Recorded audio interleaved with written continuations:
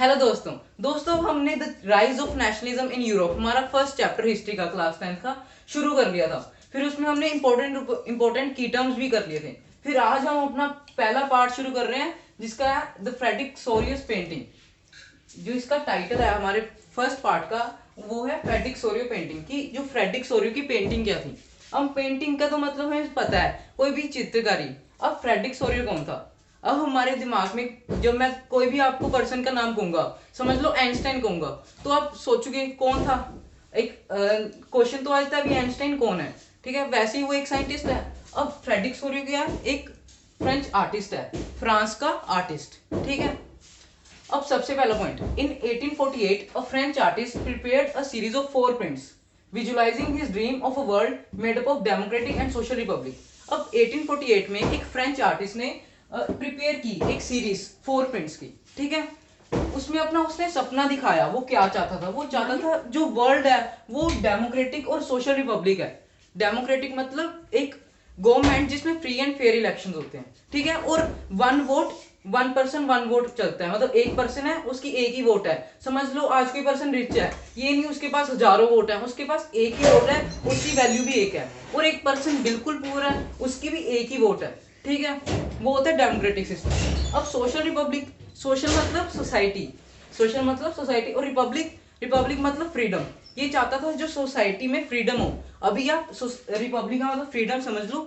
जैसे हम चैप्टर आगे आगे पढ़ेंगे आपको इन डेप्थ भी मैं मीनिंग बताऊंगा। ठीक, हमारा second, in first print people of Europe and America man and women marching in a long train offering homage to the Statue of Liberty. जो उसका फर्स्ट प्रिंट था वो ये शो कर रहा था जो लोग हैं यूरोप के और अमेरिका के, मैन एंड वुमेन, आदमी और औरतें, एक लंबी लाइन में जा रहे हैं। अब ट्रेन का मतलब रेलगाड़ी चुक वाले नहीं है, ये है लाइन। ठीक है, और offering homage to the Statue of Liberty. अब होमेज का मतलब है रिस्पेक्ट करना, रिस्पेक्ट और ट्रिब्यूट। ठीक है, श्रद्धांजलि भी देना to the Statue of Liberty. Liberty मतलब फ्रीडम। ये स्टैच्यू ऑफ लिबर्टी क्या शो करता है, ये फ्रीडम को शो करता है। अभी सारे लोग फ्री हैं, उनमें कोई भी, उन पे कोई भी रिस्ट्रिक्शन नहीं है, कोई भी बांधा नहीं है। फाइन, और वो क्या है, एक फीमेल फिगर है। जैसे हमारे इंडिया में भारत माता, वो एक फीमेल फिगर है। हम वैसे असली में कोई नहीं है, एक इमेजिनरी फिगर है और हमें रिस्पेक्ट करते हैं। वैसे जो स्टैच्यू ऑफ लिबर्टी है वो एक फीमेल फिगर है। फाइन, अब यहाँ तक आई होप आपको क्लियर होगा। अब in the foreground of the image lies shatter remains of the symbol of absolutist. जो इसने पिक्चर बनाई थी उस पिक्चर के नीचे shatter remains the symbols of absolutist, जो एब्सोल्यूटिस्ट के सिंबल थे वो गिरे हुए थे। अब याद होगा हमने लास्ट वीडियो में पढ़ा था एब्सोल्यूटिस्ट, याद है ना। उसमें हमने उसका मीनिंग पढ़ा था एब्सोल्यूटिस्ट क्या है। एब्सोल्यूटिक एक मोनार्शियल सिस्टम है जिसपे किंग और क्वीन रूल करते हैं। ठीक है, अगर आपको इंडिया डेप्थ पढ़ना है तो फर्स्ट वीडियो भी जरूर देखना। ठीक है, ठीक है, वो सिंबल्स गिरे हुए थे, जो राजा या रानी के क्राउन होते हैं वो गिरे हुए थे। ठीक है, ये क्या शो कर रहे थे, ये शो कर रहे थे कि अब राजा रानी एब्सोल्यूटिस्ट किंगडम है वो खत्म हो रही है। अब जो लोग हैं डेमोक्रेसी के रास्ते पे जा रहे हैं। ठीक है, ये शो कर रहा था। अब Soros Autopan vision, people of world grouped as distinct nation identified by their flags. Sorry. अब जो सोरियो का ऑटोपेन विजन था, अब मैंने आपको लास्ट वीडियो में भी बताया था ऑटोपेन विजन क्या है, और मैंने ये भी बताया था ये जो वर्ड है पूरे चैप्टर में यूज होने वाला है। तो नेक्स्ट वीक, तो अब देखो, अब ऑटोपेन विजन एक ऐसा विजन है जो कि अब पॉसिबल नहीं है, अब के लिए इम्पॉसिबल है, पर आने वाले टाइम में पॉसिबल हो सकता है विद इंप्रूवमेंट इन टेक्नोलॉजी। अब मैं आपको कह दूं लाइक हमारी जो कार्स है वो फ्लाइंग कार्स हो जाएं अभी के लिए। अब अभी ये थोड़ा सा इम्पॉसिबल है, हाँ आई होप आने वाले टाइम में ये हो जाएगा विद इंप्रूवमेंट इन टेक्नोलॉजी। ये क्या एक ऑटोपेन विजन है। तो उस तब के टाइम में सोरोस का ऑटोपेन क्या था, people of world grouped as distinct nation. जो लोग हैं पूरे वर्ल्ड के, पूरे संसार के, वो एक डिस्टिंक्ट नेशन के जैसे ग्रुप्ड करें। ठीक है, अलग अलग नेशन में, जो कि आइडेंटिफाइड बाय देयर फ्लैग्स, जो कि पहचाने जाएं बाय देयर फ्लैग्स। जैसे इंडिया का एक अलग फ्लैग है, अमेरिका का एक अलग फ्लैग है, वो ऐसे ऐसे पहचाने जाएं। इंडिया के लोग इंडिया के फ्लैग से, अमेरिका के लोग अमेरिका के फ्लैग से। ठीक है, ये उसका ऑटोपेन विजन था, मतलब ऐसा विजन जो तब नहीं था और वो चाहता था आने वाले टाइम में हो, क्योंकि तब ऐसा कोई होता नहीं था, तब ऐसे नेशन स्टेट ही नहीं थे जब की बात हो रही है। ठीक है, अब आप देख सकते हो इंडिया भी 1947 में आजाद हुआ है, उसके बाद इंडिया भी एक कंट्री बनी है, मतलब एक फ्री कंट्री बनी है बेसिकली। ठीक है।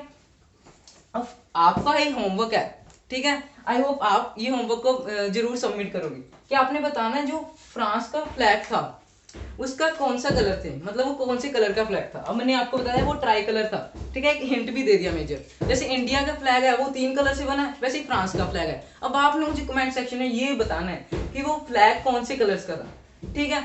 आई होप यहाँ तक आपको क्लियर होगा। सो आज हमने बेसिकली पेंटिंग पढ़ी थी फ्रेडरिक सोरियो की, पढ़ी है, जिसमें हमने देखा है फ्रेडरिक सोरियो कौन था, एक फ्रेंच आर्टिस्ट। अब जब भी मैं अगली बारी से बोलूं फ्रेडरिक सोरियो, आपके दिमाग में ये आना चाहिए क्या है, फ्रेंच आर्टिस्ट है, ठीक है। उसने 1848 में एक सीरीज बनाई 4 प्रिंट्स की, जिसमें उसने अपना दिखाने की कोशिश की, visualises his dream of world mid of democratic और सोशल रिपब्लिक। उसने दिखाने की कोशिश की जो हमारा पूरा संसार है, पूरा वर्ल्ड है, वो डेमोक्रेटिक और सोशल रिपब्लिक का है, ठीक है। उसके बाद मैंने डेमोक्रेटिक का भी मीनिंग समझा दिया था, और social Republic, democratic free and fair government, और 1 वोट इक्वल वैल्यू, मतलब 1 वोट की एक ही वैल्यू है, ठीक है, चाहे वो रिच हो या पुअर की वोट हो, फाइन। फिर सोशल रिपब्लिक का मैंने मीनिंग बताया कि वो सोशल रिपब्लिक का मीनिंग क्या है, भी सोसाइटी फ्री होनी चाहिए। उसके बाद मैंने आपको फर्स्ट प्रिंट बताया था, भी फर्स्ट प्रिंट क्या शो करने की शो कर रहा है, वो दिखा रहा है जो लोग हैं यूरोप के, अमेरिका के, man and women marching in a long train, एक लंबी सी लाइन में जा रहे हैं, offering homage to the Statue of Liberty. और जो स्टैचू ऑफ लिबर्टी है वो एक फीमेल फिगर है, उसे श्रद्धांजलि दे रहे हैं, उसे ट्रिब्यूट कर रहे हैं, फाइन।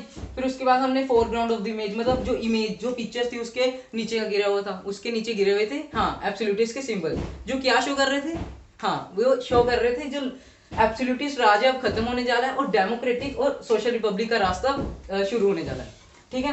फिर सोरियो का ऑटोपेन विजन देखा था कि सोरियो का ऑटोपेन वो क्या चाहता था भविष्य में ये हो, ठीक है। वो चाहता था जो ऊपर हमारा वर्ल्ड है वो ग्रुप डेस डिस्टिंक्ट नेशन, वो अलग अलग नेशंस में बट जाए, मतलब बट जाए पहले, क्योंकि राज थे तो कभी कोई कहीं किसी को अटैक करके अपना राज में ले लेता था, कोई कहीं किसी को अटैक करके अपना राज में लेता।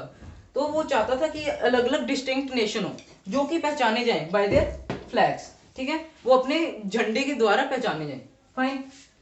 आई होप आपको बिल्कुल क्लियर होना चाहिए, क्योंकि बिल्कुल इजी टॉपिक है, और इस टॉपिक में से 3 नंबर के क्वेश्चन बहुत आते हैं, बिल्कुल इजी टॉपिक है, हमने फिर 3 नंबर क्यों छोड़ने हैं, हम तो पूरे उसको ग्रास्प करेंगे, ठीक है। तो फिर हम चलते हैं और नेक्स्ट वीडियो में हम देखेंगे the French revolution and the idea of nation, क्या कैसे फ्रेंच रेवोल्यूशन हुआ, उसके बाद क्या चेंजेस आए, और फ्रेंच रेवोल्यूशन कैसे हुआ उसकी बैकग्राउंड देखेंगे। बिल्कुल बिल्कुल इजी कंसेप्ट है, वो सारा हम डिटेल में पढ़ेंगे।